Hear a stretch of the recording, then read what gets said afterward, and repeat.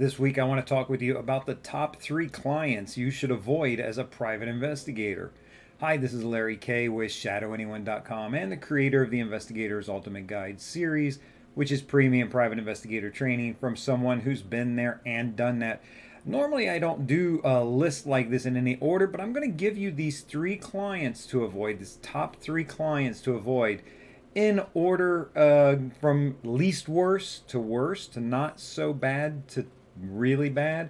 The first one I might take, and I have taken in the past, and this is a client who is in a rush. The client who tells you that this has to be done soon. A lot of times you'll get it where it's tomorrow. Tomorrow is the day. This is the day that she's going to meet her boyfriend. This is the day that she's using as an excuse to do something. People maybe are meeting up with someone, and this is the one chance you'll have to follow them after the meeting. So when you get someone that comes to you with a rush job, something that just absolutely must be done, be a little cautious about that because they can be a legitimate. It can be a legitimate case, completely legal. Of course, you're going to avoid all cases that are illegal.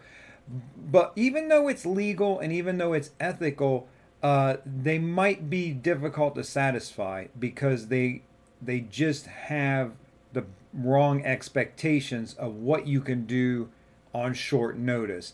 And this brings us into the second type of client that you should avoid as a private investigator. And this I really do try to avoid, and that is the desperate person, the person who is just desperate, beside themselves, man or woman. This is the way it goes. People come to you just at the end of their rope, or again, a lot of times you'll see them approaching you because this is the one chance, this is the time that you'll be able to do something for them. They generally have very little money. There's no money to try again later if they run into a situation like that. If you're following someone, if you're on surveillance and you lose them, the desperate person is just not going to be tolerant of that. And I would avoid this person. If you're going to absolutely have to take this person, and let's face it, we got to make a living. Sometimes it's tough to make ends meet. The trick here, you have to really set their expectations and not just tell them one time what to expect, but to make sure they understand it, say it a few different ways, and even look at a written contract that explains these things and point out to them that, look, sometimes I lose somebody when I'm following them. Sometimes it depends on traffic. It depends on how they drive. And there are just elements of pure dumb luck that come into it as well. A school bus pulls out, you're getting stuck behind that school bus, and your surveillance is essentially over at that point. Really here, I'm going to name this next one the number one client to avoid as a private investigator, and you should not take this client at all. And this is the creepy client. And they're not always going to be as obvious as that, as creepy as that is. Likewise, that's not what a creepy client always looks like. The fact of the matter is, a lot of times when you take a client, you're not going to necessarily even see them because so much is handled electronically now. So you're not going to be able to get that face-to-face vibe. But talk to them on the phone, hear a little bit of what they say and what they're requesting, because it's just not going to always be you look at this person and go, this is super creepy.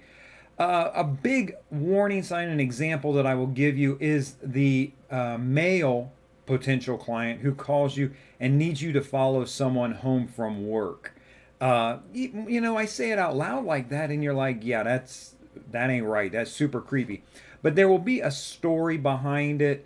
There will be a reason, usually not a strong reason, but he'll want a female, a woman, followed home from work. And really what he's looking for is her home address.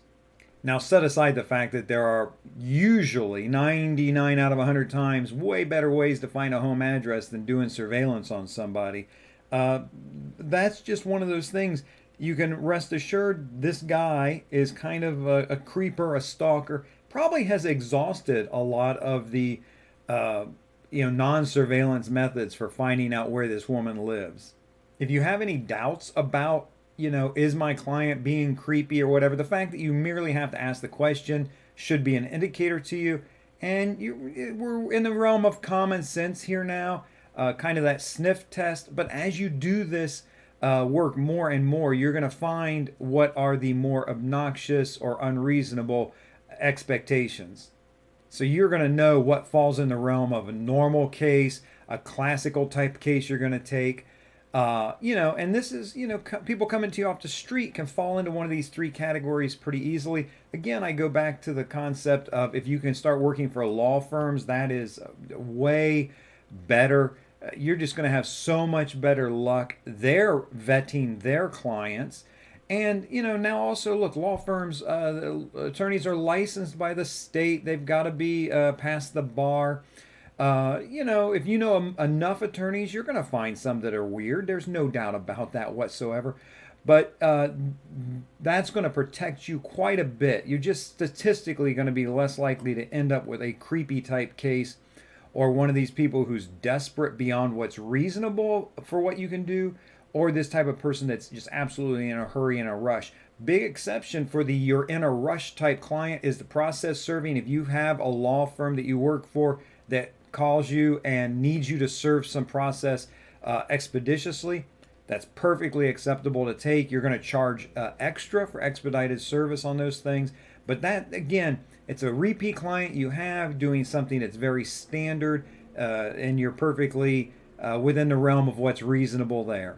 Things get rough, things get tight. You need to take cases to make a living. That's just the way it is. But be very cautious about these ones I've just warned you about. In the meantime, this is Larry Kaye with ShadowAnyone.com. Remember, do the right thing, even if it's the hard thing.